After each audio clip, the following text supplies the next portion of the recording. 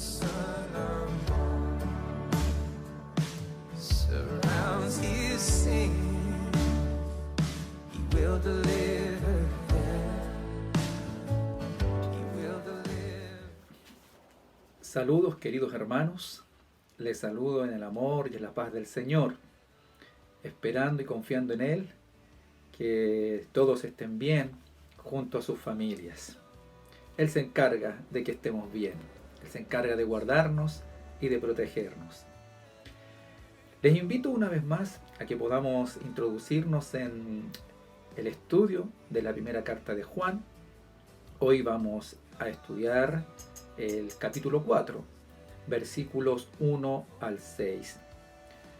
Acompáñenme en una oración para dedicar este tiempo en las manos del Señor. Buen Dios y Padre Celestial, te damos muchas gracias por tu palabra. Gracias, Señor, porque ella nos orienta, nos guía. Gracias porque en todo tiempo y en los tiempos difíciles es tu palabra la que nos sostiene. Gracias por el Espíritu Santo que actúa a través de la palabra. Y gracias porque la palabra actúa a través del Espíritu Santo. Amén. Bien. Vamos a leer entonces y comenzaremos con los versículos 1 y 2. Dice así: Amados, no creáis a todo espíritu, sino probad los espíritus si son de Dios, porque muchos falsos profetas han salido por el mundo. En esto conoced el Espíritu de Dios. Todo espíritu que confiesa que Jesucristo ha venido en carne es de Dios. Para colocar esto en contexto, hay un antes y un después en el primer siglo, en los comienzos de la era cristiana, y tiene que ver con dos acontecimientos. Una es el incendio de Roma en el año 64 bajo el gobierno de Nerón. Este incendio fue tan grande, fue tan tremendo, que una de las consecuencias, porque hubieron graves consecuencias, además de todo incendiado, de toda la parte central de Roma, también trajo otras consecuencias, como que culparon, o Nerón culpó de este incendio a los cristianos, aunque era sabido por todos, era voz popular, de que quien estuvo detrás de toda esta tragedia fue el mismo Nerón, porque él abrigaba en su corazón un deseo oculto, que sus más cercanos sabían seguramente, que quería destruir todo lo construido para volver a reedificarlo según sus planes, según sus propios propósitos. Pero entonces aprovechó la ocasión para culpar a los cristianos. Y luego de eso, ya en el año 70, el segundo hito, viene la destrucción del templo de Jerusalén. Estos dos hitos marcan el comienzo ya de las persecuciones hacia los cristianos,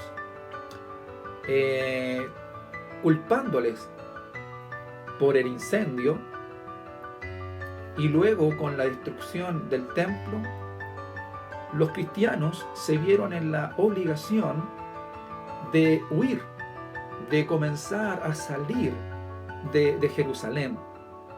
Y comienza aquí un éxodo o una diáspora, como también se le conoce, y comenzaron a huir a distintas partes del mundo de aquel entonces. Entonces, en ese contexto, donde la cristiandad comienza ya a expandirse por la persecución, pero también producto de eso es que comienza a propagarse la fe cristiana por diferentes lugares. Entonces, en esta propagación, no olvidemos que Juan escribe desde Éfeso, esto está en el Asia Menor, y escribe desde ese lugar a otras iglesias cercanas con las que él tenía contacto. Así que Juan, recordemos que es el último de los apóstoles que escribe, y escribe al final, está escribiendo al final de su carrera, al final del siglo también, es un hombre de avanzada edad, y él entonces, preocupado de los creyentes, él escribe entonces estas cartas, la primera, la segunda, la tercera, las escribe pensando en todos aquellos que están desparramados por aquella región. ¿Se recuerda usted que en Apocalipsis encontramos las 7 cartas a 7 iglesias? Bueno, son aquellas iglesias a las que Juan también escribe estas cartas, estas epístolas. Se les conoce como epístolas universales, ya que no son dirigidas a una persona en particular, ni a una iglesia en particular, sino que a varios, a creyentes en distintas partes del mundo. Y bueno, producto de esta expansión de los cristianos y junto con ellos la fe, es que surgen maestros también. Lo dijimos desde el primer capítulo cuando lo estudiamos, que Dios se proveyó de maestros, de predicadores, de evangelistas, de profetas, para que fueran transmitiendo y llevando el evangelio a todas partes, y también confirmando a las iglesias. Pero también es triste, pero es así, que la historia lo relata, que surgen falsos maestros también, falsos predicadores, falsos apóstoles, falsos profetas. Y entonces, por eso es que hemos dicho que Juan tiene varias intenciones cuando escribe sus cartas. Podríamos definir que son 3 cosas las que uno puede encontrar a grandes rasgos, concentrando toda la enseñanza de Juan en sus cartas. Las podemos concentrar en 3. Lo primero es la defensa de la fe, la protección de la fe. La segunda, la obediencia. Y lo tercero, el amor. Como que estas son las 3 enseñanzas que podemos ver de manera transversal en su carta. Entonces hemos llegado ahora al capítulo 4, donde Juan advierte de los falsos profetas. El versículo 1 entonces dice: Amados, no creáis a todo espíritu, sino probad los espíritus si son de Dios, porque muchos falsos profetas han salido por el mundo. Aquí usa 2 expresiones: espíritus y profetas. Vamos a ver aquí cómo se relacionan ambos términos. Lo primero es que Juan advierte y enseña y guía a los hermanos a probar los espíritus. Esto lo hemos aprendido también en otras lecturas de la Biblia, donde los apóstoles, donde Pablo mismo también enseña de probar los espíritus. Pablo en su primera carta a los Corintios enseña, cuando está ordenando la iglesia, enseña de que podemos probar el espíritu, probar a los profetas. La palabra espíritu viene de la palabra griega que es neuma. Por eso cuando se estudia la doctrina de la tercera persona de la Trinidad, de la doctrina del Espíritu Santo, se llama en términos teológicos neumatología. ¿Mm? Neumatología. Vamos entonces estudiando qué es lo que Juan quiere que los creyentes puedan advertir y puedan también cuidar. Bien, la razón para probar los espíritus es porque muchos falsos profetas se infiltrarán en la iglesia. Ya lo advertía Juan en aquellos tiempos,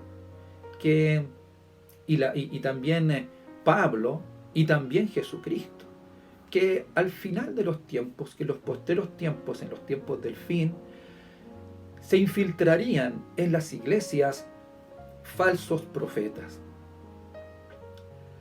También hay que probar los espíritus porque hay maestros, predicadores, profetas, escritores. Y todos aquellos que digan que son creyentes o que afirmen que su mensaje u obra procede de Dios. A todos estos que de alguna manera dicen tener un mensaje de Dios, deben ser probados. Vamos a leer algunos textos que nos ayudan a ver que esta protección, el probar los espíritus, era una preocupación de Pablo también y de Jesucristo, como dije. Vamos a leer en Mateo el capítulo 24.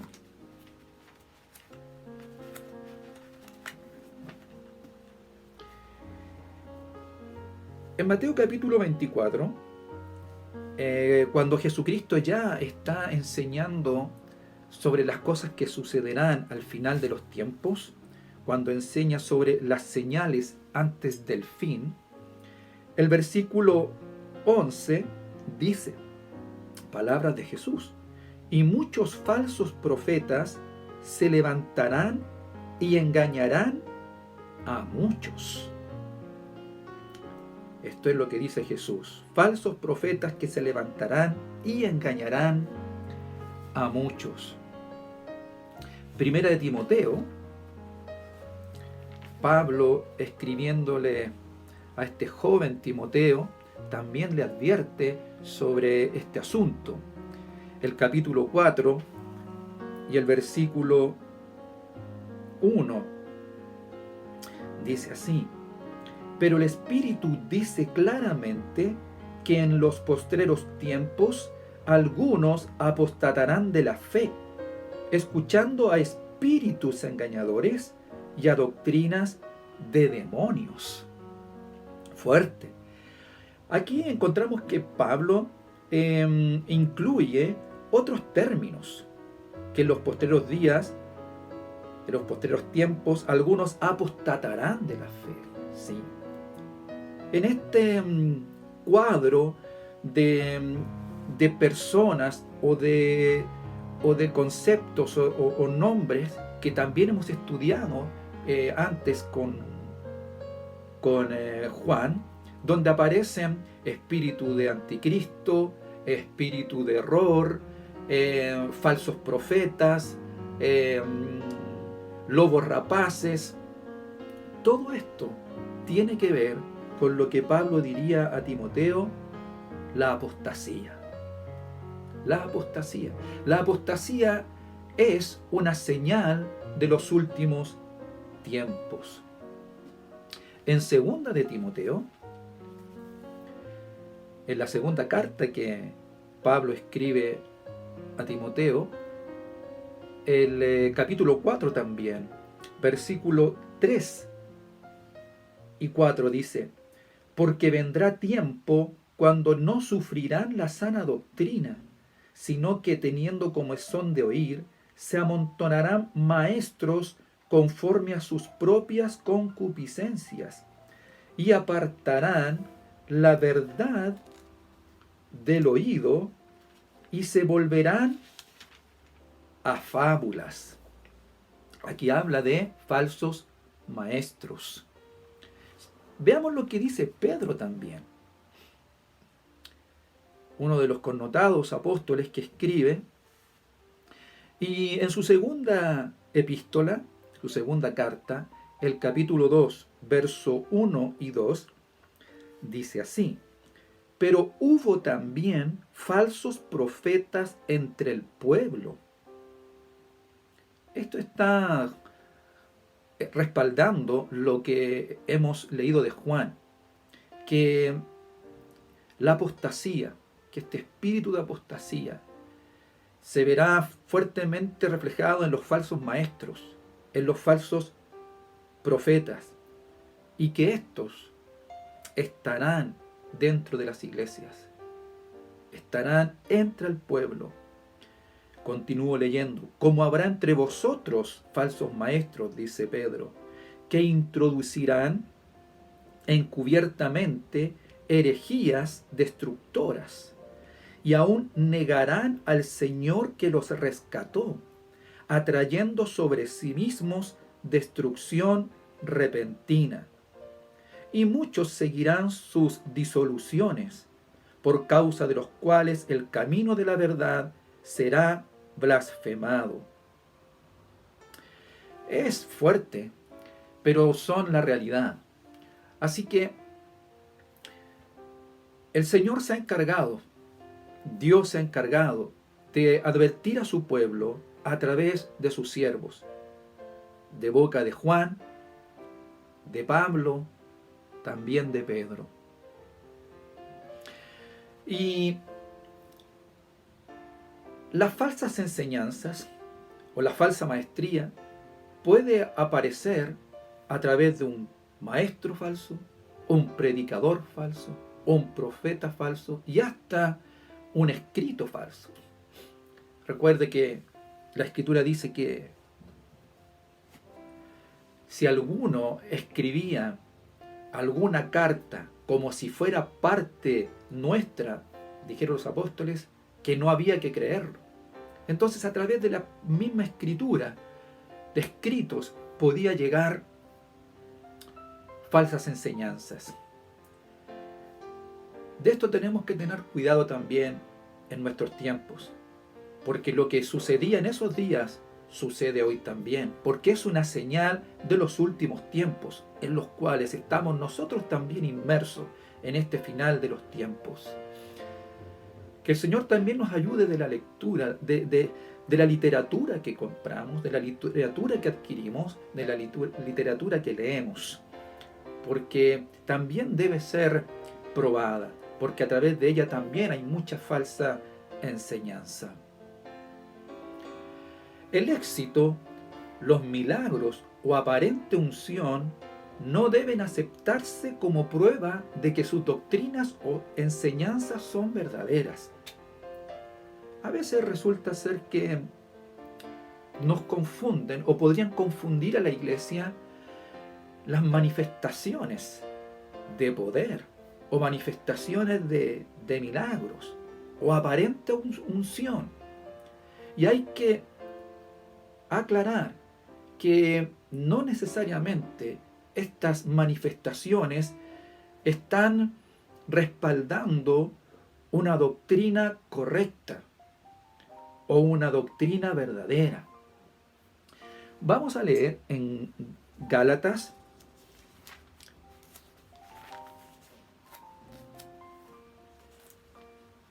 el capítulo 1.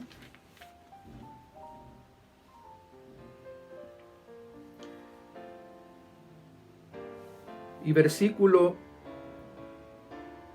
6 en adelante. Gálatas 1, del 6 en adelante. Pablo, escribiendo a los hermanos, dice lo siguiente: estoy maravillado de que tan pronto os hayáis alejado del que os llamó por la gracia de Cristo para seguir un evangelio diferente. No que haya otro, sino que hay algunos que os perturban y quieren pervertir el evangelio de Cristo. Mas, si aún nosotros o un ángel del cielo os anunciare otro evangelio diferente del que os hemos anunciado sea anatema, maldito. Como antes hemos dicho, también ahora lo repito, si alguno os predica diferente evangelio del que habéis recibido, sea anatema. Hasta un ángel, cualquier manifestación extraordinaria que pudiese venir, pero que no se conforma a la doctrina bíblica, a la enseñanza verdadera, debemos prestar atención y rechazarlos. Por lo tanto, toda enseñanza se debe someter y comparar a la luz de la verdad revelada por Dios en las Escrituras. Bien, la primera parte hemos hablado de probar a quien está hablando, sea profeta, sea un maestro, un predicador, sea un escrito, debemos probarlos. Pero detrás de la persona hay un espíritu.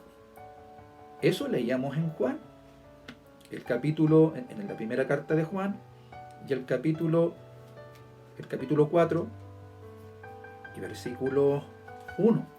No creáis a todo espíritu, sino probad los espíritus si son de Dios, porque muchos falsos profetas han salido por el mundo. Y hemos hablado de estos que aparentemente tienen un ministerio, que aparentemente tienen un servicio. Pero detrás de estos hay un espíritu operando. Por eso que hay que probar los espíritus. Hay que probar todo espíritu que se presenta en la persona de algún profeta o maestro. En el pensamiento de Juan, las personas que proclaman un mensaje religioso están al servicio de un espíritu.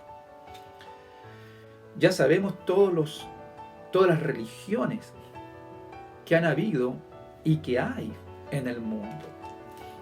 Estamos hablando de pensamientos o de mensajes religiosos, no de otra índole. Hay mensajes de distinta índole, pero estamos hablando de mensajes religiosos.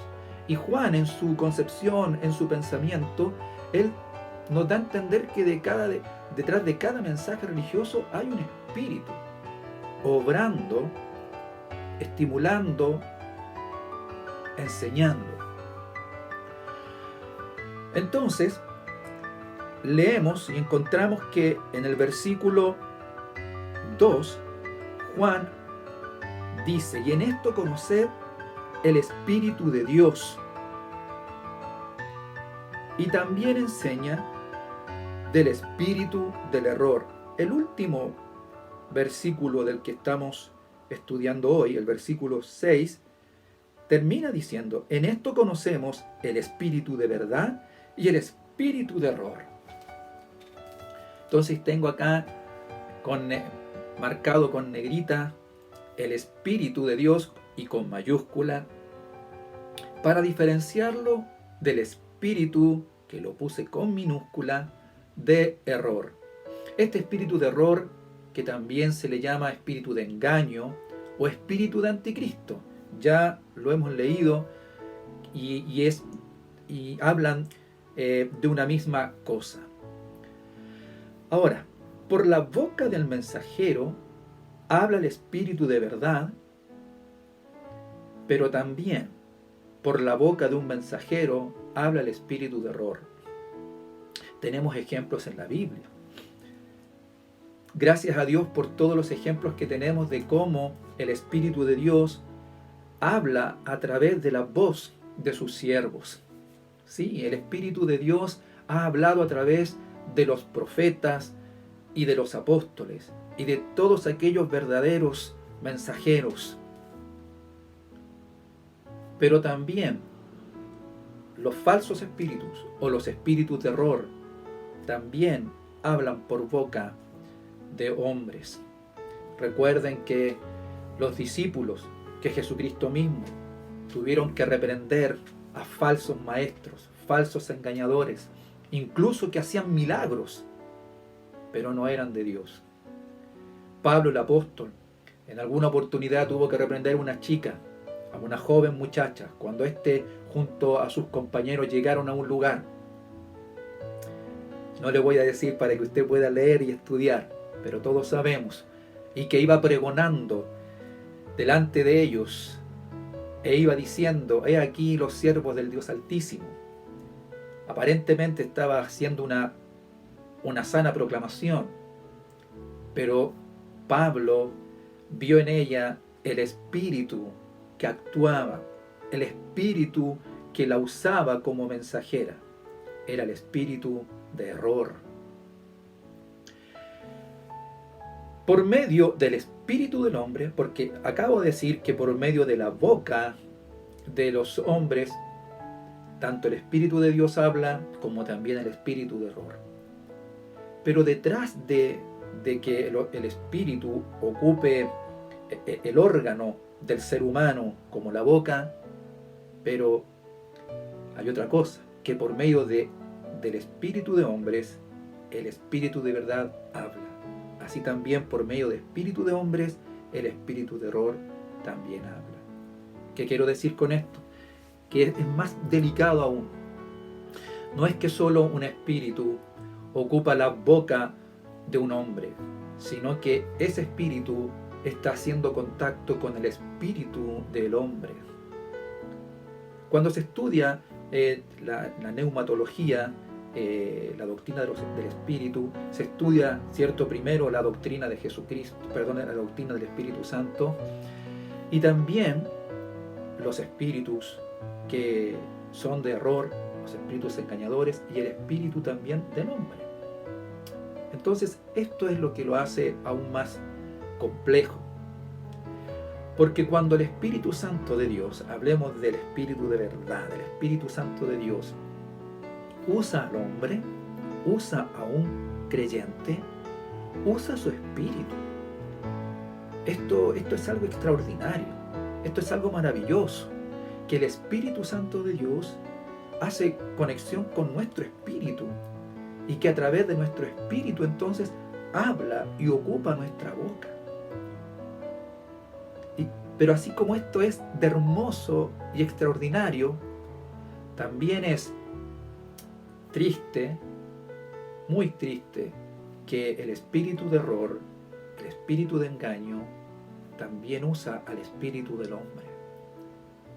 Entonces el espíritu de error primero está influenciando el espíritu del hombre con su maldad, con su error, con su engaño, para luego usarlo. Por eso es que Juan enseña a los creyentes a probar los espíritus.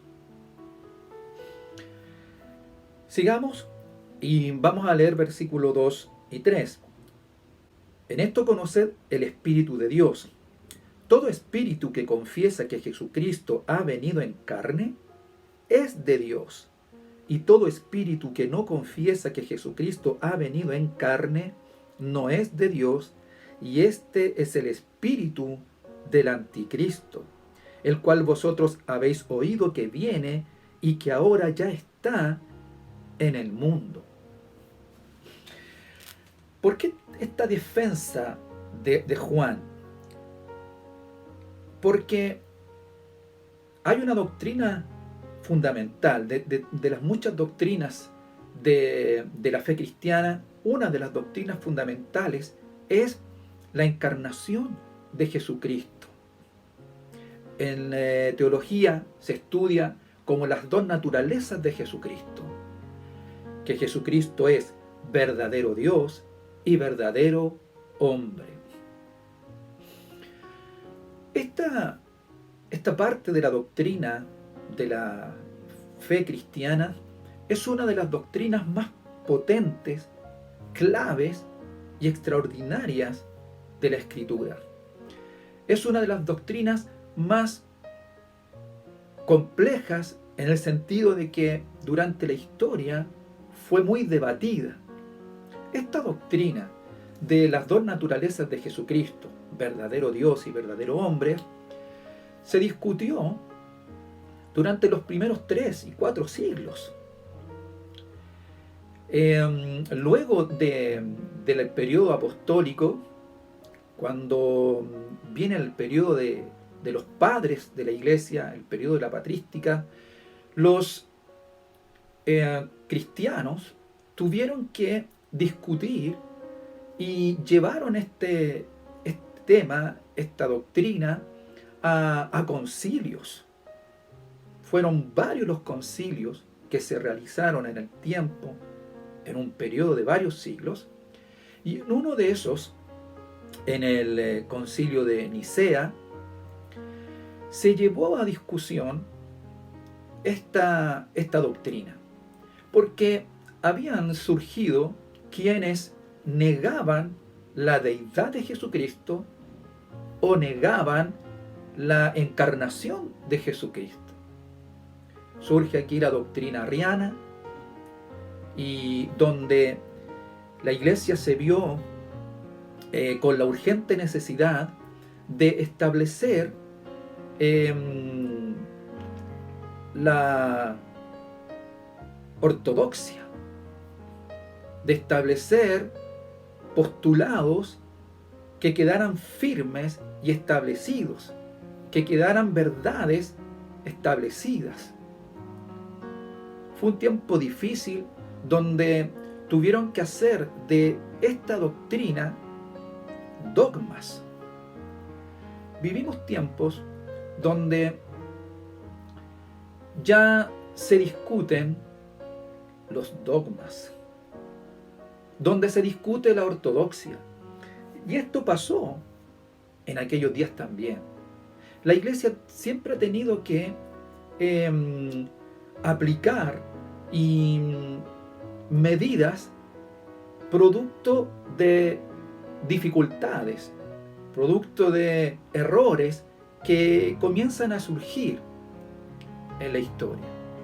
Entonces, producto de esta interpretación equivocada, errada, falsa de la persona de Jesucristo, es que la iglesia tuvo que establecer, como dije, una ortodoxia, determinar y establecer y poner las bases de lo que significa la doctrina de Jesucristo.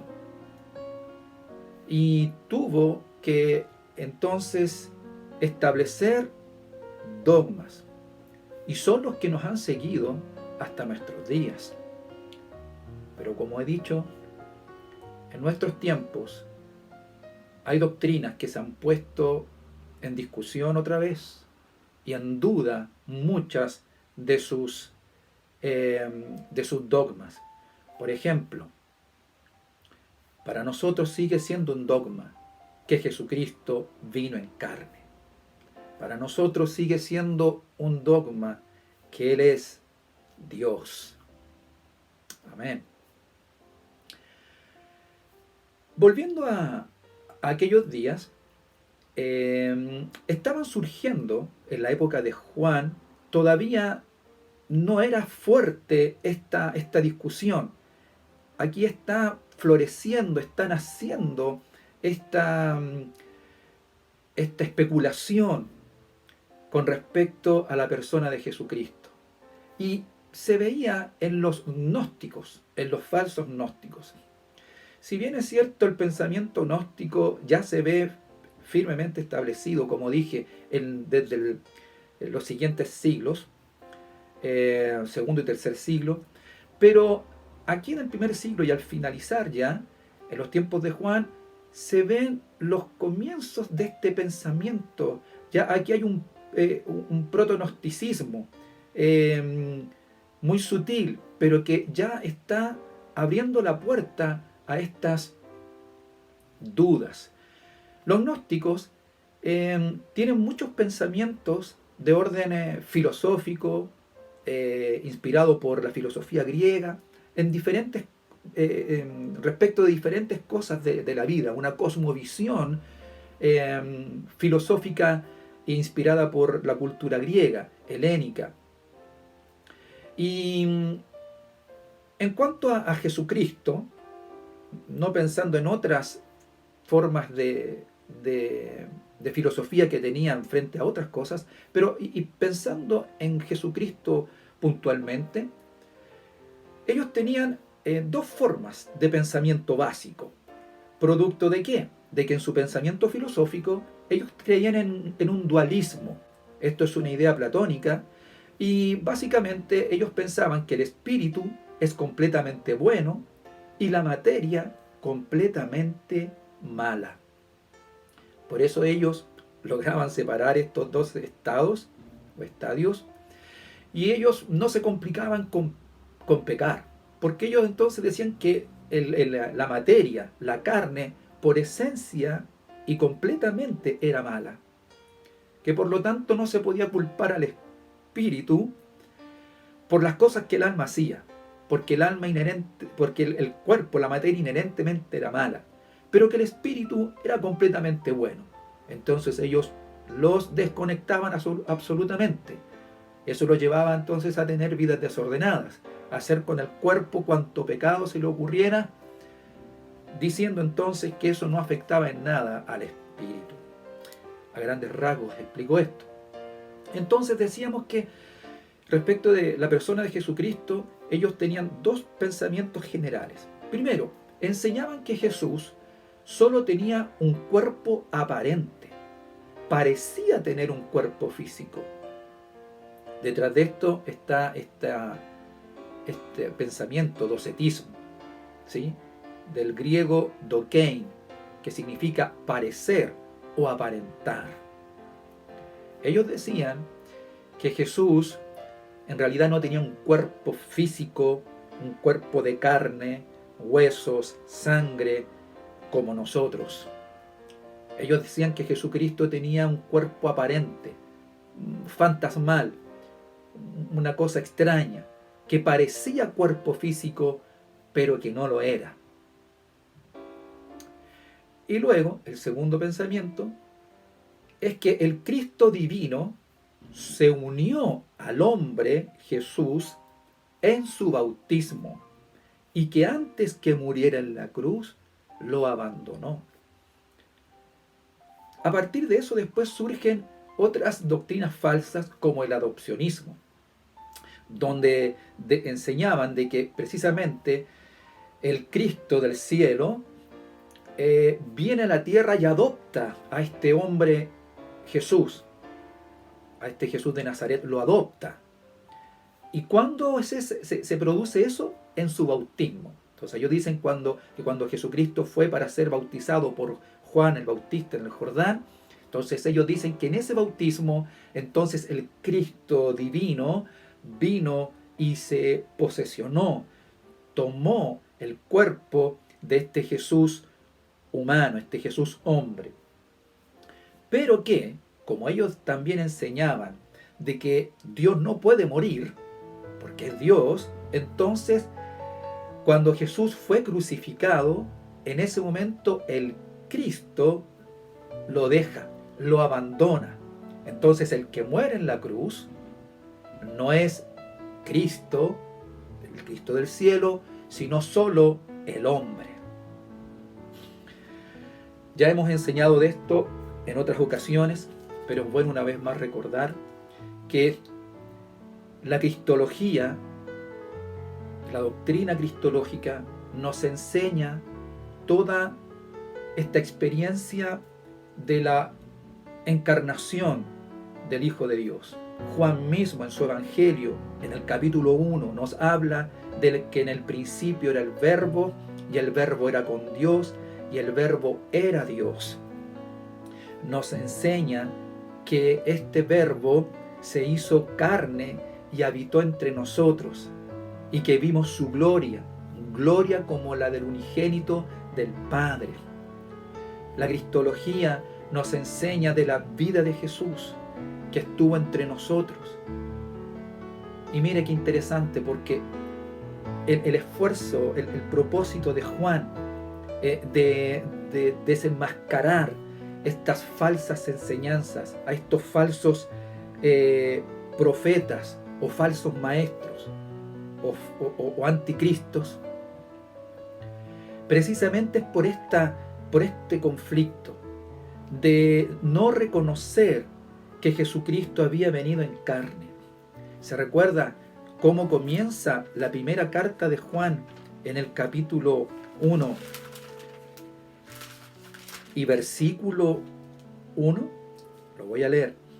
Lo que era desde el principio, lo que hemos oído, lo que hemos visto con nuestros ojos, lo que hemos contemplado y palparon nuestras manos tocante al verbo de vida. Es decir, Juan es un testigo verdadero de la encarnación del Hijo de Dios.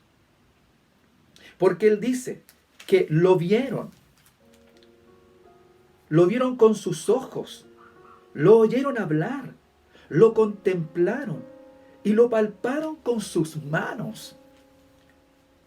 Juan entonces, en una evidente defensa de la encarnación de Jesucristo, entonces él se pone como primer testigo. Recordemos que él es uno de los discípulos, uno de los apóstoles, el más joven de todos. Hemos dicho antes, cuando estudiamos el Evangelio de Juan, que era muy joven y que él estaba ahí cuando Jesucristo fue crucificado. Así que él estuvo, mientras varios de los discípulos huyeron, Juan estuvo ahí mirando de cerca la crucifixión y la muerte de Jesucristo.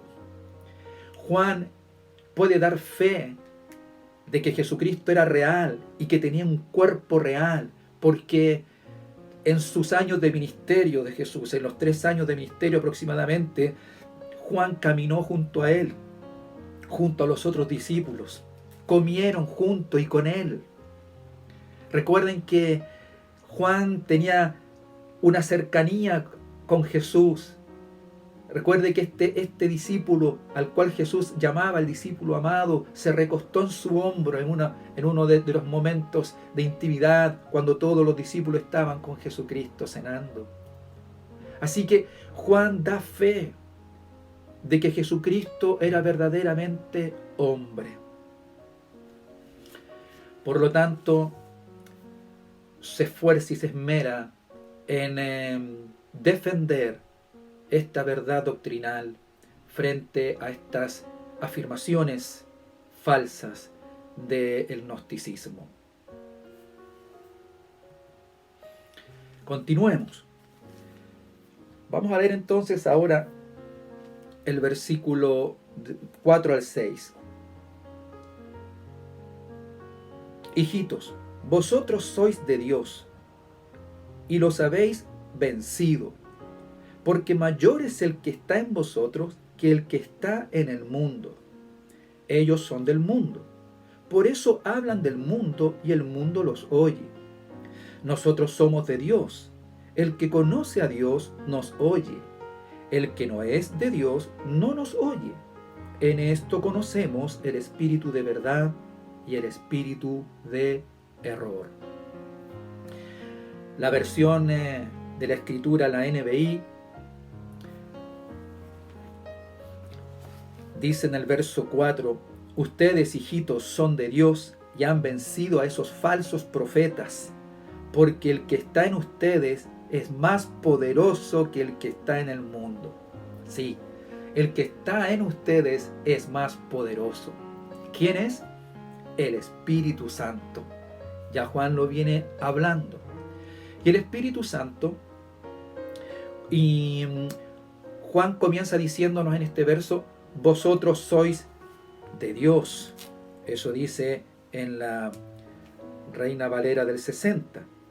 Hijitos, vosotros sois de Dios. Se recordarán que en el estudio de la semana pasada, Juan afirma esta verdad. Ya vosotros sois hijos de Dios. Y aquí lo vuelve a resaltar. Vosotros sois de Dios. Y entonces, cuando somos de Dios, el Espíritu Santo se manifiesta, está en el creyente. Todo aquel que es hijo de Dios, todo aquel que le pertenece a Dios, el Espíritu Santo obra en él, está en él. Por medio del Espíritu Santo, el creyente puede vencer al mal que hay en el mundo. Ya hemos hablado qué significa mundo en los términos en que Juan escribe, cosmos, no en el sistema del mundo como la creación, sino el sistema de maldad que impera, este sistema del maligno que impera. Entonces él dice que por medio del Espíritu Santo nosotros podemos vencer al maligno, el mal que hay en el mundo y las falsas enseñanzas. La NBI dice a los falsos profetas. Los verdaderos maestros y profetas hablan de Dios, la verdad de Dios, porque conocen a Dios. Esto me hizo recordar de el Evangelio de Juan, una vez más, cuando Jesucristo en el capítulo 10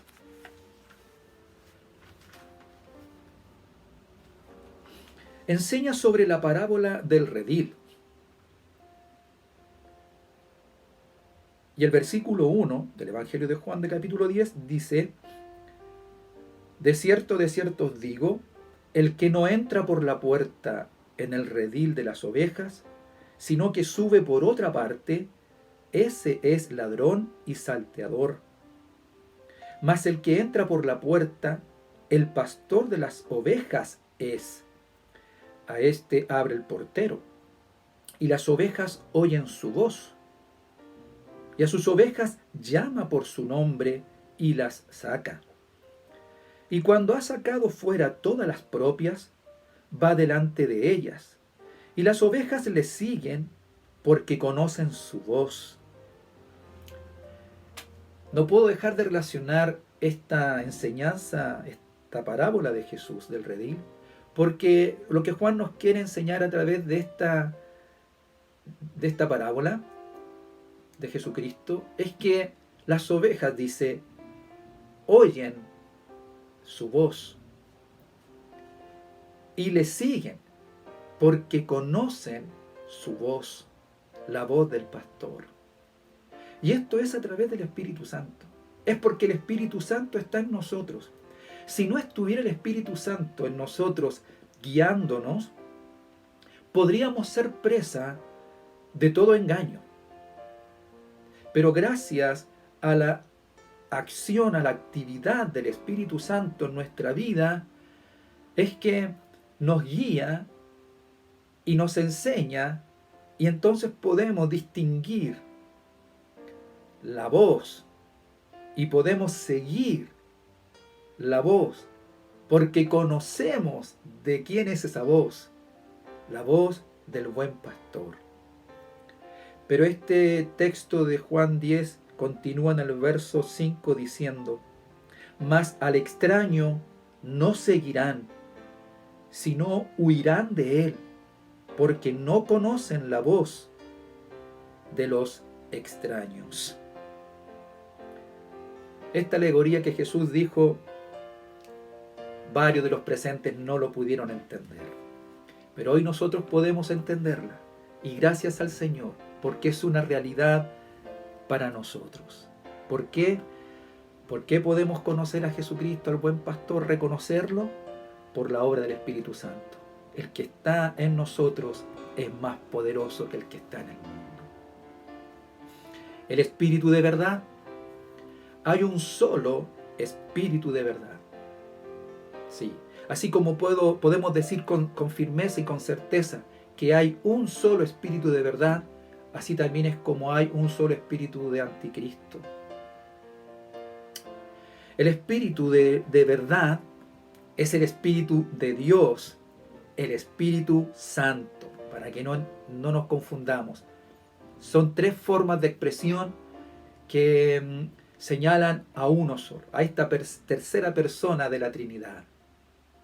Toda enseñanza que pretende la inspiración por el Espíritu Santo debe confesar la verdad establecida por las Escrituras. ¿Cuál? Que Jesucristo ha venido en carne. Esta es la razón de lo que ha escrito Juan.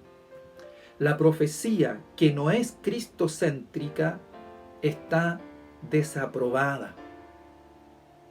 No puede ser aprobada porque no es verdadera. Quiero ir concluyendo ya y con este pensamiento. Una falta de cristología, una falta de conocimiento de la doctrina de Cristo puede llevar a una falsa maestría y a un falso profetismo.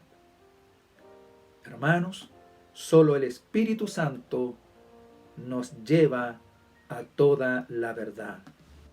Como dije en mi oración al comienzo, el Espíritu Santo actúa a través de la palabra y la palabra actúa a través del Espíritu. Actúan juntos. Que el Señor nos dirija, que el Espíritu Santo nos guíe y nos proteja y nos guarde en estos tiempos de todo espíritu de error, de todo espíritu engañador.